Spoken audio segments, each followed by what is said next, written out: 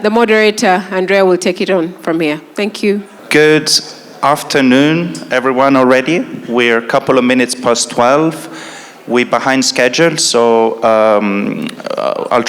we'll try and wrap up this session in 45 minutes. So I ask all the speakers to be efficient and concise. So since joining AITA in 2021, I've been tracking very closely the state of implementation of cooperative approaches under Article 6.2. And there has been some milestone reached by a relatively large number of countries. And here we have representatives from three of the countries that are expected to buy units under Article 6, and Dr. Pacifica from Kenya, who has bilateral agreements with a number of these countries. And then Tom will be representing the private sector and elaborate on the role the private sector plays in these bilateral cooperations. So perhaps I'll start with Yannick. So would you like to elaborate and explain the CLIC model? What's the role of CLIC in the context of Switzerland Article 6 activities, and what are the milestones achieved and the challenges you face with a specific focus to Kenya and Eastern Africa? I'll pass the mic to you. Thank you, Andrea, and thank you very much for the invitation. It's very nice to be here today. We've been, working together with the Swiss government and the Kenyan government for close to 2 years now on starting an official cooperation. And I'm also very pleased to see so many familiar faces in this room, even though we haven't really started the first project here in Kenya. But it shows, I think, that Kenya really serves as a carbon hub, not only for Eastern Africa, but for the whole region. And we're partnering with Kenyan companies in our portfolio development in countries across the African continent. So yeah, really great to be here. When it comes to the CLIC Foundation, we are an official policy instrument, if you like. The foundation exists for more than 10 years. It fulfills an official role under Swiss climate policies, and we're the official procurement agency of the Swiss government, which hopes to ensure that Switzerland can achieve parts of its NEC target. But it's important, I'm not a representative of the Swiss government. We are a 100% private sector entity. And the reason why we're here today is that the Swiss government has committed itself in its NEC to a 50% reduction of greenhouse gas emissions by 2030 compared to 1990 levels. And it has realized that about 30% of this 50% reduction it will be able to achieve from domestic sources. However, given current trajectories in its major emitting sectors, it became clear that the existing policy instruments were not enough to put them on a minus 50% target. And that's why the government has decided to engage in international climate cooperation to achieve emission reductions outside its country and to have them transferred as ITMOs, correspondingly adjusted under Article 6.2 and 6.4, to go beyond domestic ambition and achieve this target. And to this regard, we're currently, the funds that the CLIC Foundation has access to are being levied from the transport sector, so 8 cents per liter of gas and diesel that is being sold in Switzerland is levied, and these funds are pooled in the CLIC Foundation. And with this, we're looking to procure 20 million ITMOs by the end of 2030. And to be able to achieve these targets, the government of Switzerland has signed 13 partner agreements at the moment and is in active discussions with the Kenyan government to make Kenya hopefully the 14th such country. And it's important to mention that Switzerland has quite a long history on compensation mechanism and frameworks and regulations. Since I mentioned, since 2013, there is a legal obligation by the Click Foundation to offset emissions within Switzerland.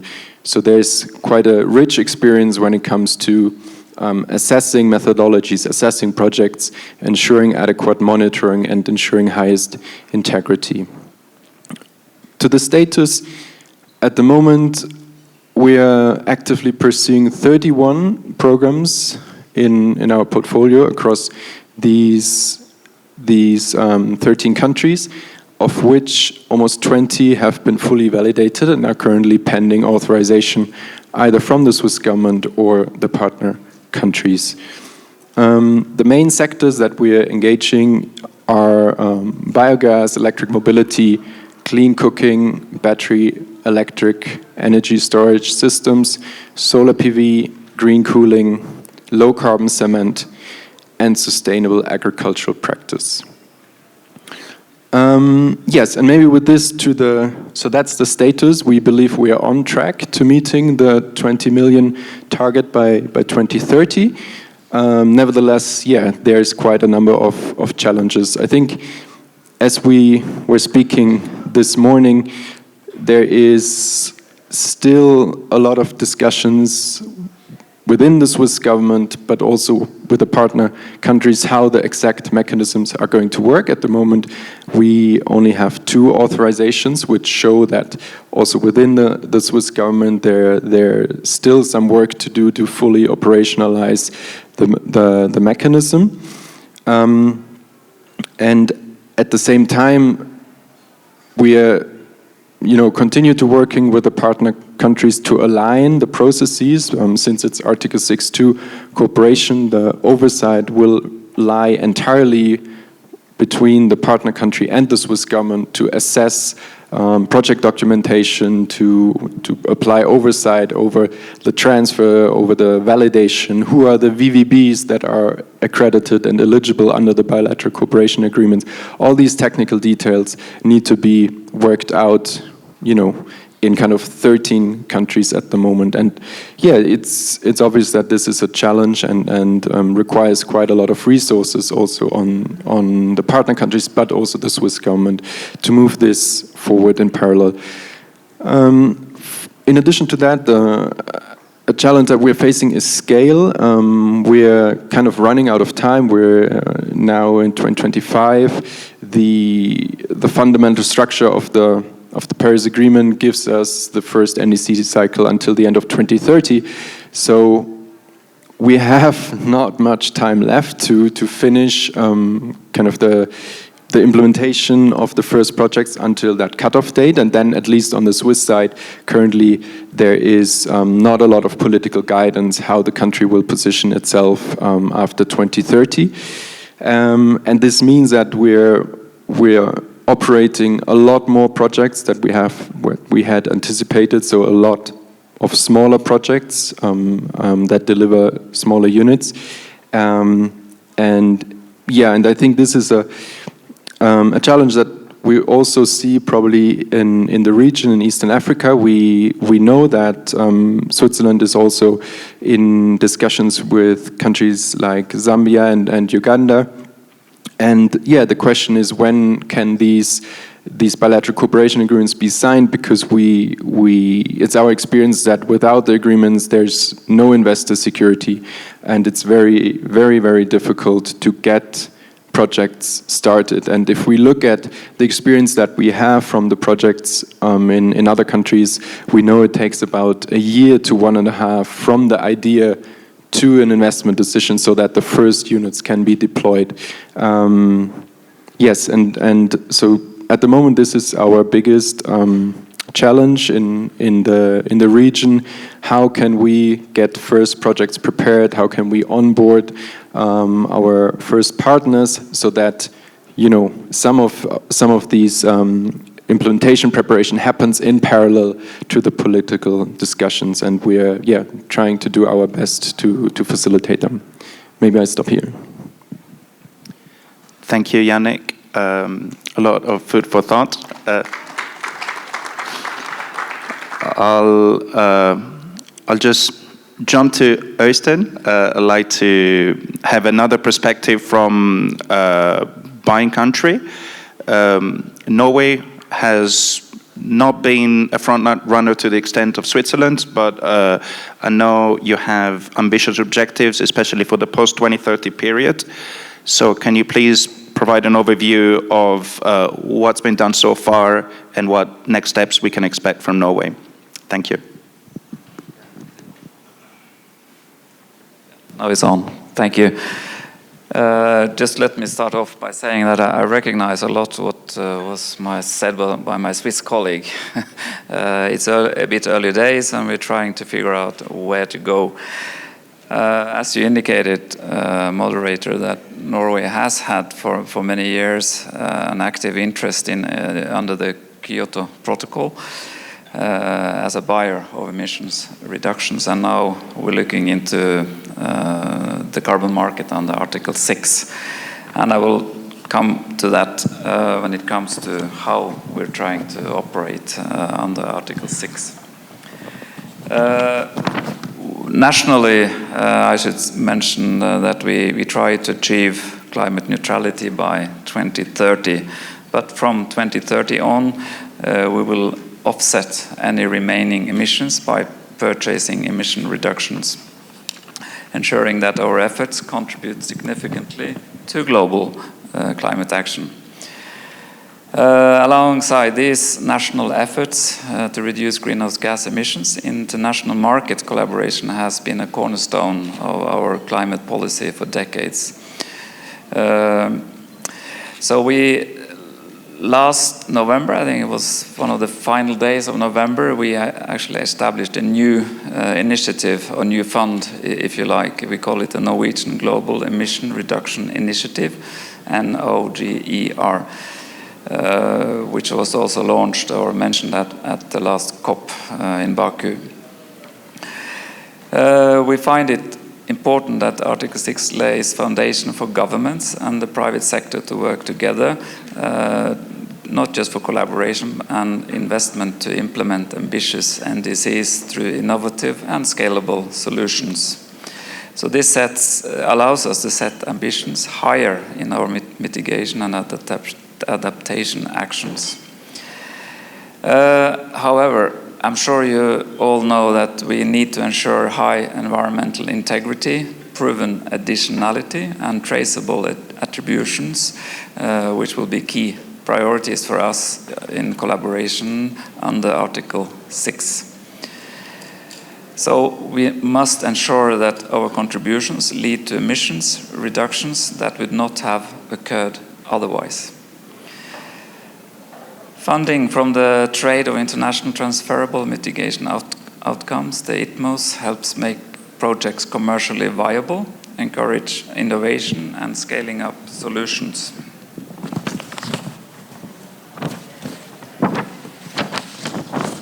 That reduce emissions effectively. Again, the private sector will play a key role by providing both investments, capital needed for these projects, and the technical expertise to implement them successfully. Through the Norwegian Global Emission Reduction Initiative, Norway cooperates bilaterally with countries under Article 6.2 of the Paris Agreement, with an approved envelope this year of $7.5 billion US, which could of course be topped up as we go forward. So we focus on, which is important to notice, that we focus on governmental collaborations and do not work directly with private sector actors. But after agreements have been established, there will of course be engagement by various partners. We also work closely with third-party actors such as Global Green Growth Institute, the World Bank Fund for Transformative Carbon Asset Facility, and now also the Asian Development Bank to develop programs in close collaboration with host countries. Our experience so far has identified both technical and political challenges for successful cooperations. Technically, it takes time to identify new programs, explore price justification, and set up sufficient program designs. Cooperation under Article 6.2 also requires sufficient capacity in host countries to meet the requirements set out in Article 6.2. So guidance is a fundamental need for establishing national policies for solid internal coordination and develop of a national Article 6 framework. I will conclude by saying that our primary goal is to contribute to lasting emissions reductions and the green transition. We're hopeful that with finalization of the rules under Article 6 late last year, both buyer and seller countries will start implementing these measures. This is crucial to achieving the temperature goals of the Paris Agreement, and we look forward to learn how East African countries are progressing in this regard. Thank you.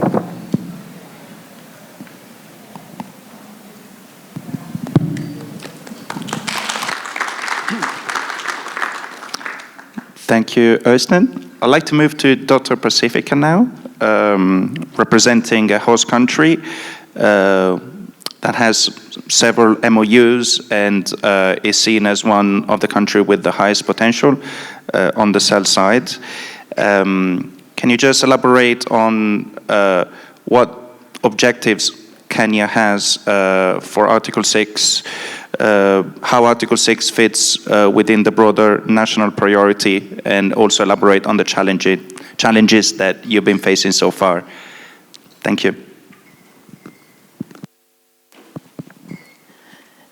Thank you very much, Andre. And I want to start by saying that Kenya is very committed to the bilateral agreements, to finalizing the bilateral agreements under 6.2. And our laws clearly have given us the power. The Cabinet Secretary has been given the power to do so. So we are operating under a very robust and strong legal framework. And we are also keen on Article 6.2 because of the opportunity to engage directly with the buyer countries. I think we've had a very good opportunity to negotiate with Switzerland, with Sweden, and most recently with Singapore. And our experience in the negotiation is that we were able to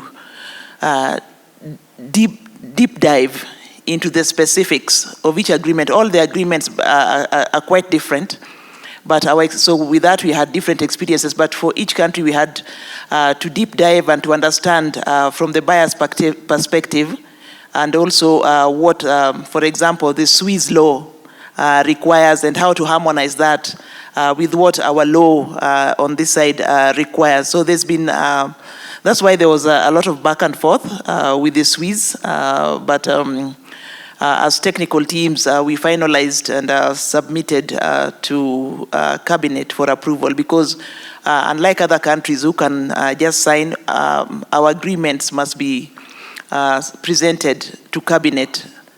And upon signing and ratification, then the minister is free now to sign a bilateral agreement. So one of the things that I can say that we've seen is in negotiating this agreement, we realize that our colleagues in the legal offices, I don't want to mention the names, but the legal offices do not have this background, but they will look at the law as it is. And I can tell you here in Kenya, people have binoculars for looking at every comma and dot. So what is happening is that as we negotiate, we are doing our best. We are working with the legal teams, but for us, the firewall is the Office of the Attorney General, because for every shall that is put in that agreement, we must give an undertaking that at a point signing, we are not going to default as a ministry. If you are not able to give an undertaking, and that undertaking requires that, oh, you said you shall have a registry, you said you shall have this, you shall have this. Give me undertaking, show evidence that you already have this thing. So they will not allow the country to default upon signing. So putting a lot of pressure on us. And we've also a better understanding of what the expectations are in terms of sectors. We have a very clear indication from the Swiss law, from the Sweden, and of course, most recently, from Singapore. So with that, it's very easy to develop a project pipeline based on their law. Although in some cases, our highest abatement potential is in forestry. But for example, the Swiss law and the Swiss and Swedes don't admit LULUCF related projects. So we've negotiated, but this is already locked in your law. So there's nothing much you can do about that. However, with Singapore, there's a lot of flexibility, and they're looking into LULUCF, agriculture sector. They're a bit more open, and we've also had to there's been a lot of learning, because I think when we are in our offices and we are here in the country, we mostly think like a supplier, and by meeting with Singapore, with the Swiss team, we've been forced to see the other side and to understand the pressure. And I want to give an example of our trip to Singapore. It was quite eye-opening. We had several meetings bilaterally and in a group with the private sector, and we had a lot of discussions. And from that discussion, I could already tell for this private sector entity, this is the person to make them wait for this. This is the person, because we had that space where we are discussing with potential buyers, and you could understand the pressure. And so in terms of earlier on, we had an agreement with Japan under the JCM, Joint Crediting Mechanism. And I believe that one is one that we need now to align with the Paris Agreement. But they already have some projects which are ongoing. We had a lot of learning experience under JCM when it comes to having a joint committee which the other bilateral agreements can borrow from. We had, I think several years back, we jointly approved methodologies for JCM together, and we've continued to work on JCM. We even have an interim, Excel-based registry. It was developed by the Japanese government, but we're able to, keep the record on our side. And equally with the Swedes and Switzerland, we agreed to use the opportunity flexibility to use either registry before our registry is ready. We have already applied for the international registry, and we are getting support from GIZ to develop our registry. But in the agreement, that flexibility was there. And most of the things which were challenging, we've gone back and forth with the Swedes for the AG. We've gone to the Office of the Attorney General twice. Our legal teams have met, and I believe that we'll make progress. We are crossing our finger. From our side on the technical team, our timeline for the Swedes and Swedes is May. And I'm saying this because that is our wish, because our minister may be going for the BRS convention in Switzerland, and we want everything to converge there. So that is the timeline that we're working with, and we hope that also with Singapore, we'll be able to fast track. We're almost done with the technical negotiation. So the Singaporeans, now we need to take them through cabinet to be able to get an agreement signed. But it's something that I'm anxious about. It's in my performance contract and needs to be delivered before this financial year. That is how serious we are. Thank you.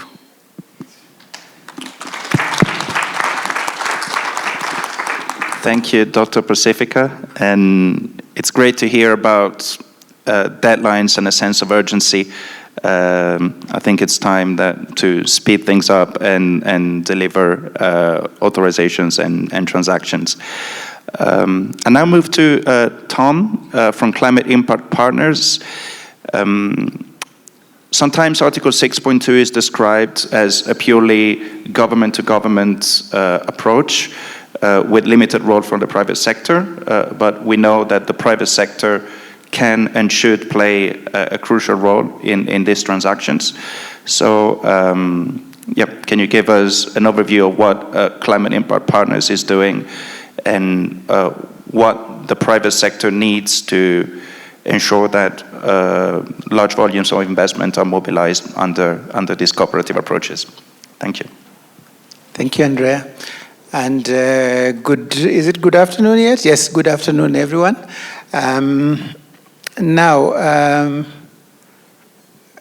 You all had in the previous session how complex and what it entails to design an Article 6.2 government-to-government kind of transaction. And the framework that guides that is Article 6.2 under the Paris Agreement. And the main objective here is not just to be able to develop a project that generates carbon credits and support the countries meet their climate goals, which is important, but also it is very, very important that these kind of activities contribute to the development objectives of the host country particularly. And the private sector has a very critical role in making this happen, facilitating it. The first thing is the project development and implementation. The design, the conceptualization of this kind of activities that reduce emissions and lead to ITMOs that can be transferred or traded,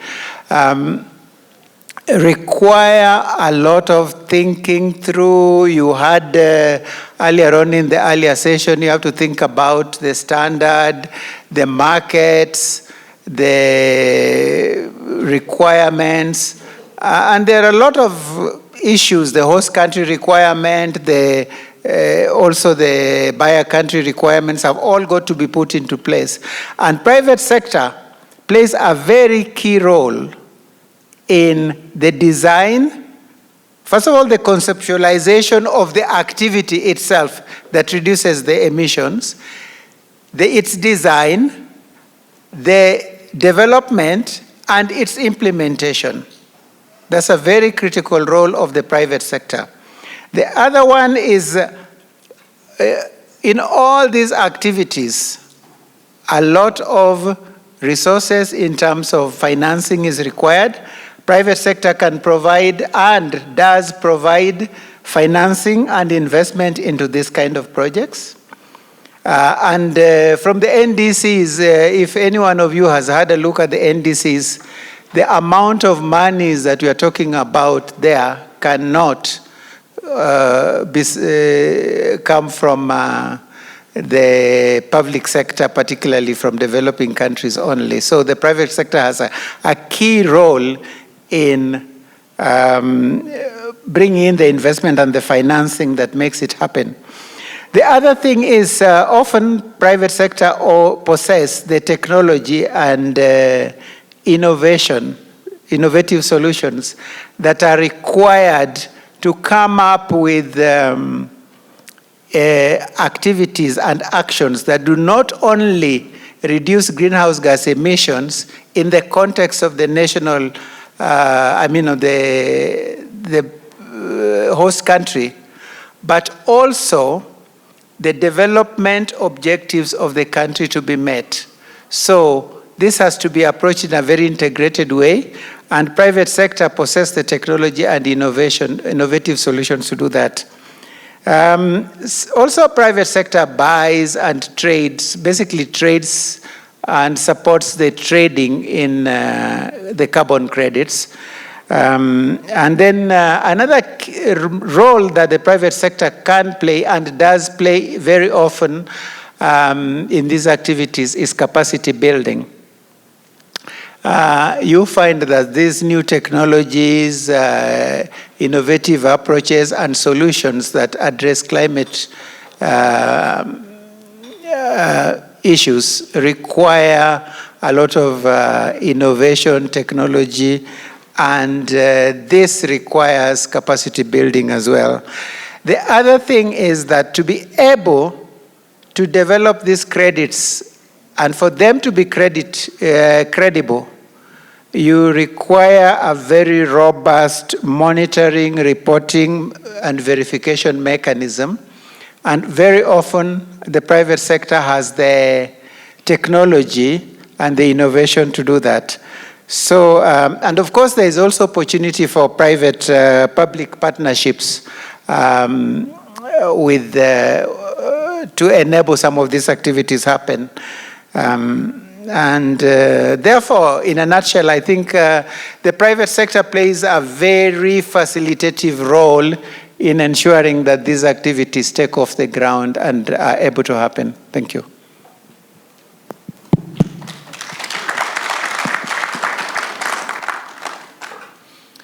Thank you, Tom. Now, last but not least, Kazu. We know you for your long involvement with the government of Japan on international negotiation and the establishment of the JCM. And we know Japan is also one of the countries expected to buy significant volume of credits under Article 6.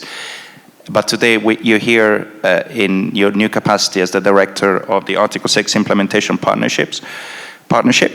So I'd like you to discuss what gaps and what challenges you see in the market that market participants are facing and what is needed to overcome them, and specifically what the Article 6 Implementation Partnership is doing to address that.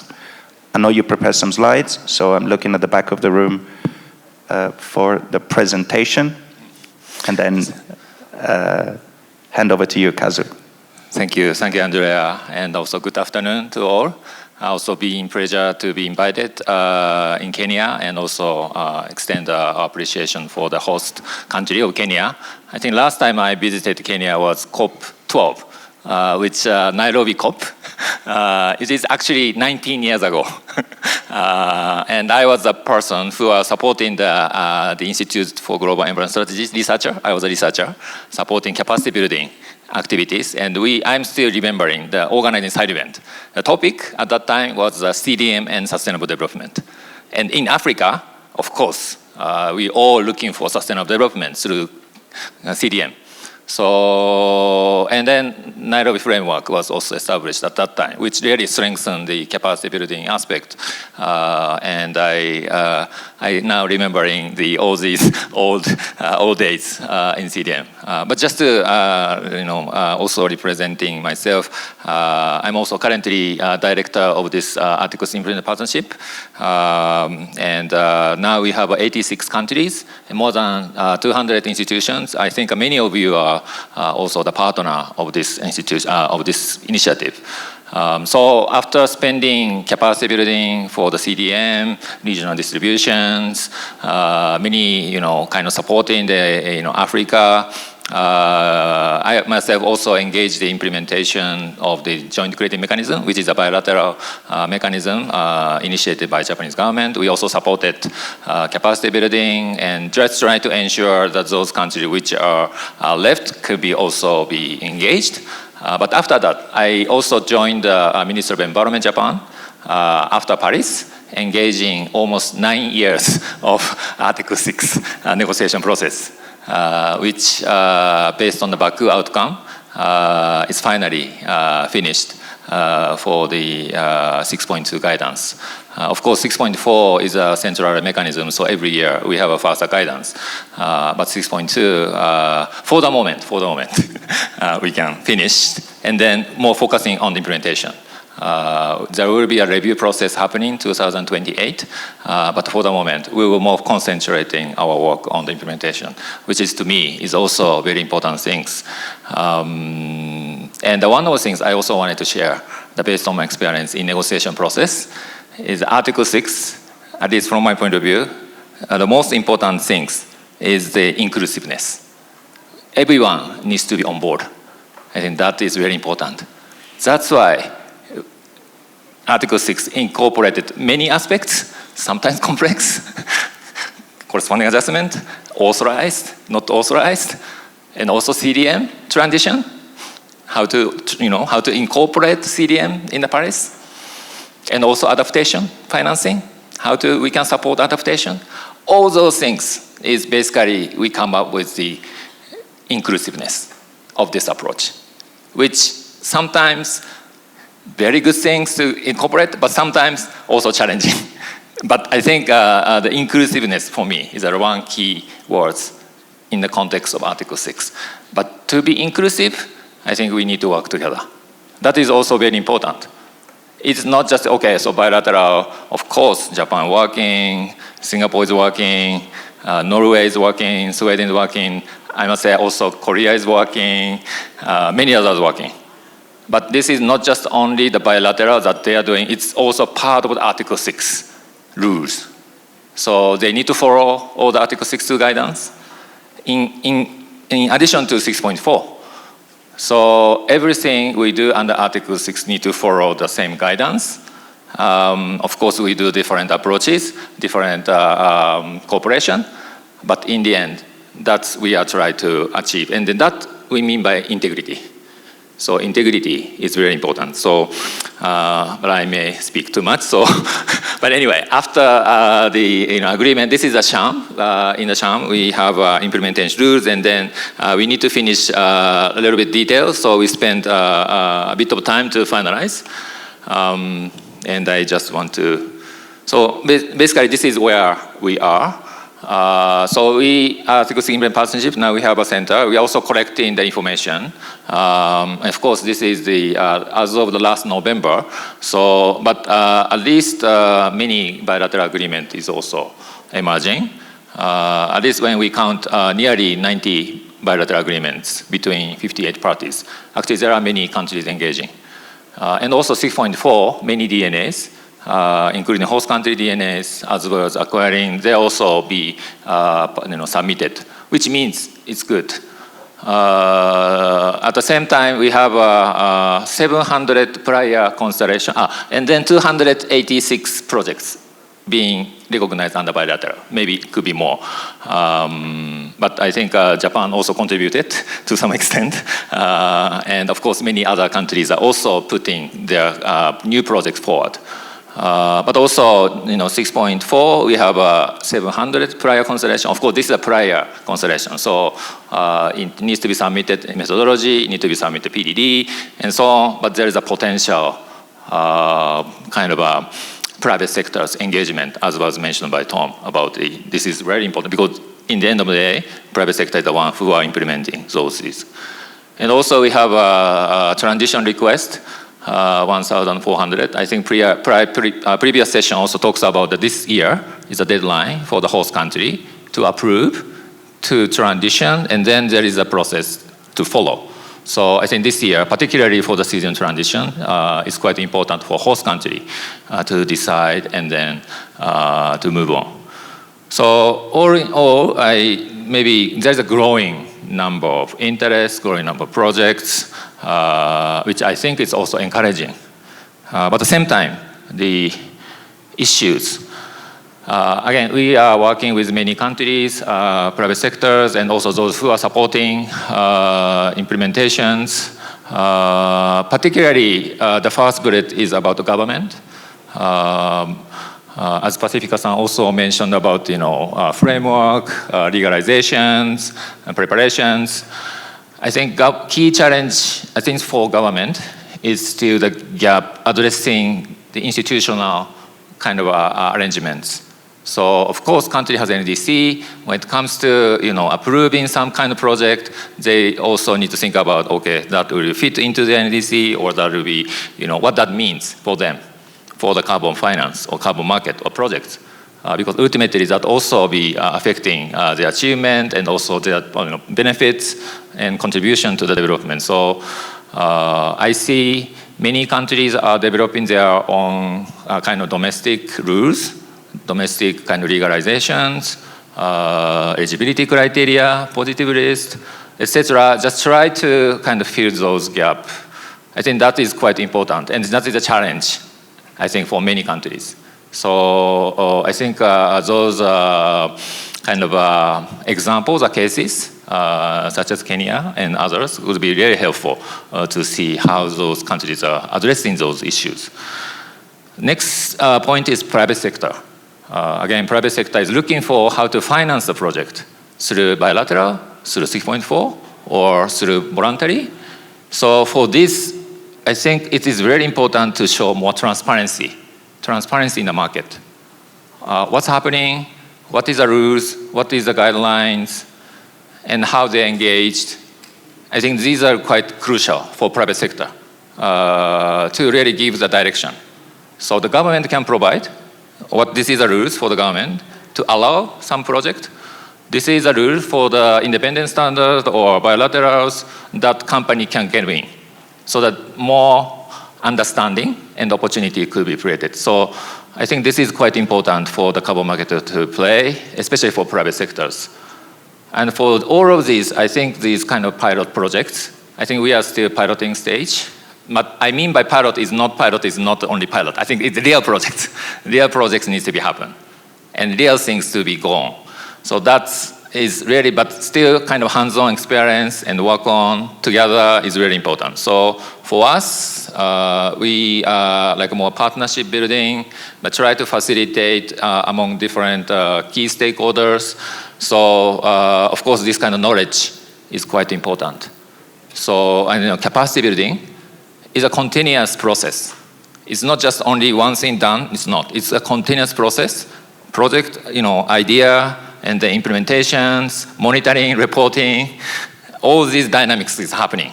So I think this is important to develop some basic knowledge. At the same time, we can work on.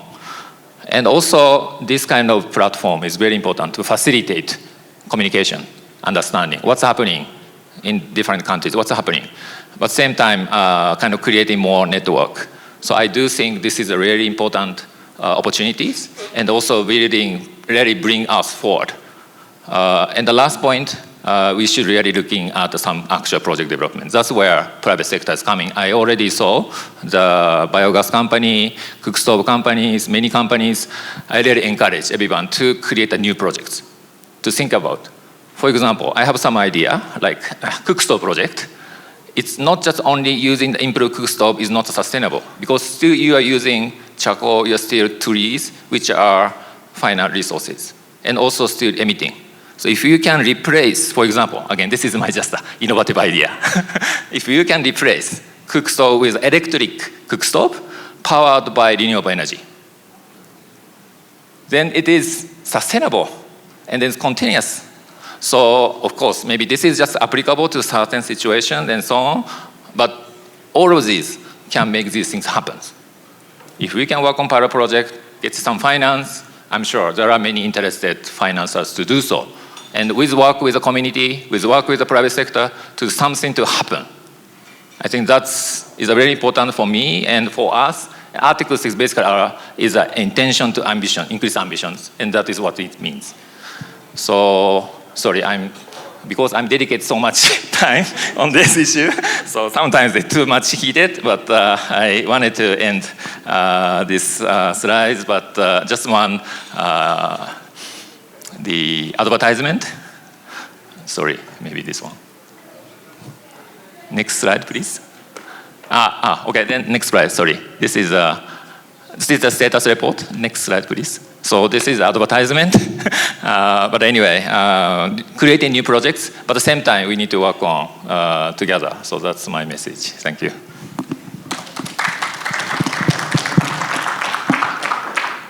Thank you, Kazu. I think we can remain or no, maybe we can move. We won't have time for a second round of comments, but I'd like to open the floor for questions from the audience. So we'll take 2 questions at a time. I see 2. Lady in the front here, and the gentleman to my right. Hello, thank you so much for this session. It's really useful, and I think there's a lot.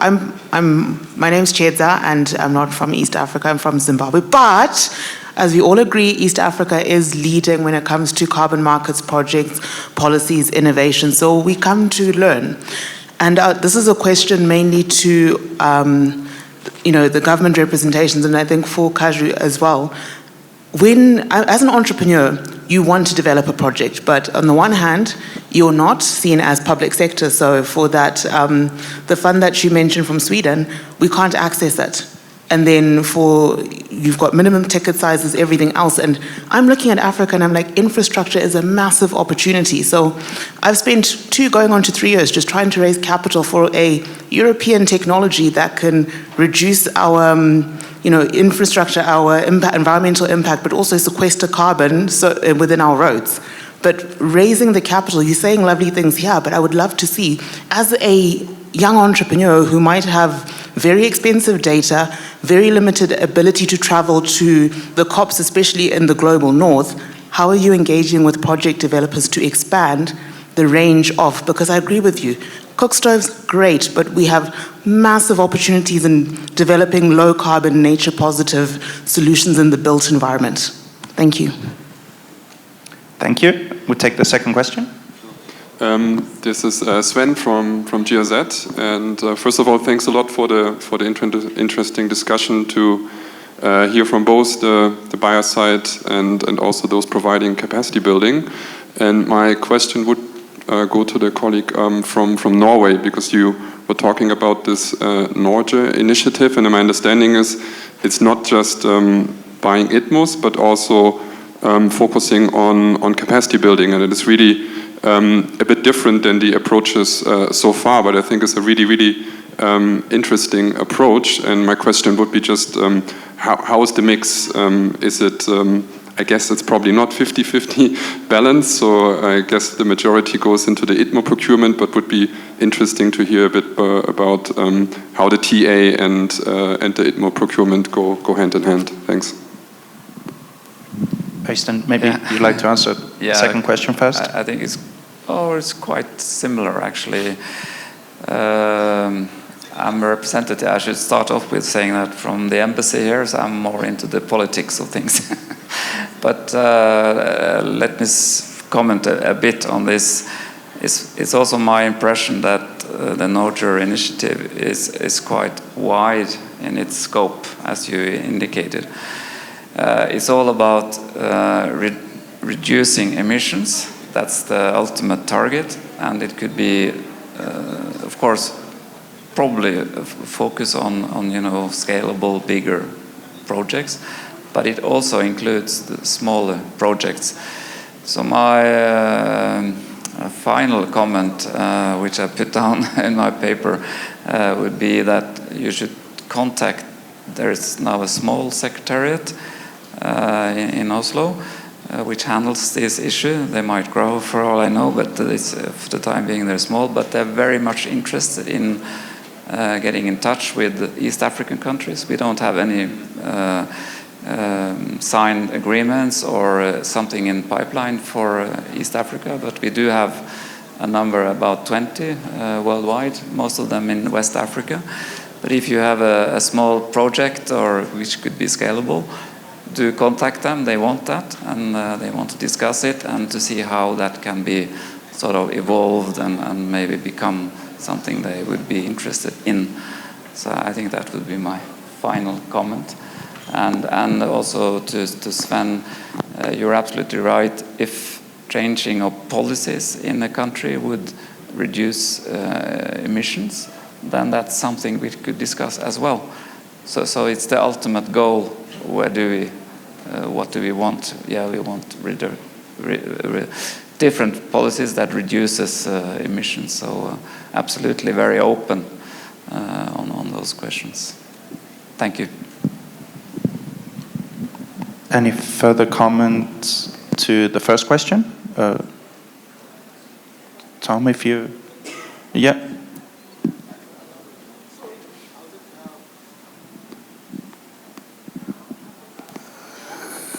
I understand where you're coming from, and yeah, there are lots of opportunities, and always we start by thinking about the money.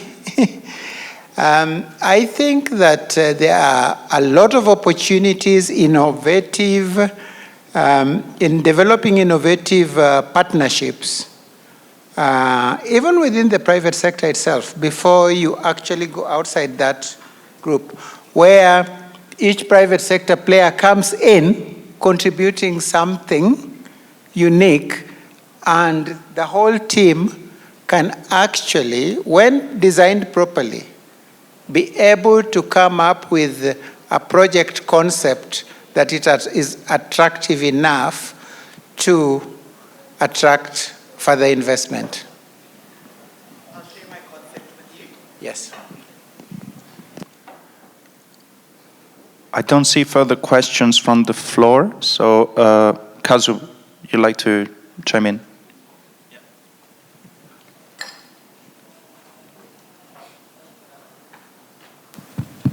Yeah, so that's just addressing the first questions. I'm not sure if that exactly addressing, but the key point, at least from my point of view, is to create more employment, especially for younger generations. And to create employment, we also need more systematic knowledge for this carbon market. Because it's not just borrowing money and then spend. It's you are borrowing money in order to reduce emissions. That to reduce, you need to understand how the emission is reduced, how that to be monitored, how that to be related to the financing of the activities. And you also need to understand what's the market situations, different buyers or different investment standards, and also understanding Article 6 rules as well, if you are talking about integrities. So at least from my point of view, in a more mid-term, long-term, maybe not immediate, but we need to have a more systematic knowledge to be accumulated or in each country. For example, like university courses or some expertise trainings to be qualified in the company or in the given government, so that we can increase the capacity for people to access to this financing. So that's our approach too. So we are trying to develop those knowledge and then disseminate. Even you can participate online. There are many opportunities there, and then learn, and then look at YouTube, and then do some assessment. Everything. If you have a will, committed, you can do, and then you can work on some specific type of project, financing. You are getting in touch with several opportunities, Sweden, Norway, Switzerland, maybe Japan and others. And I think that's important. I think for first knowledge, and then extend it to application. But in order to create that knowledge, I think it's also good to work with our partner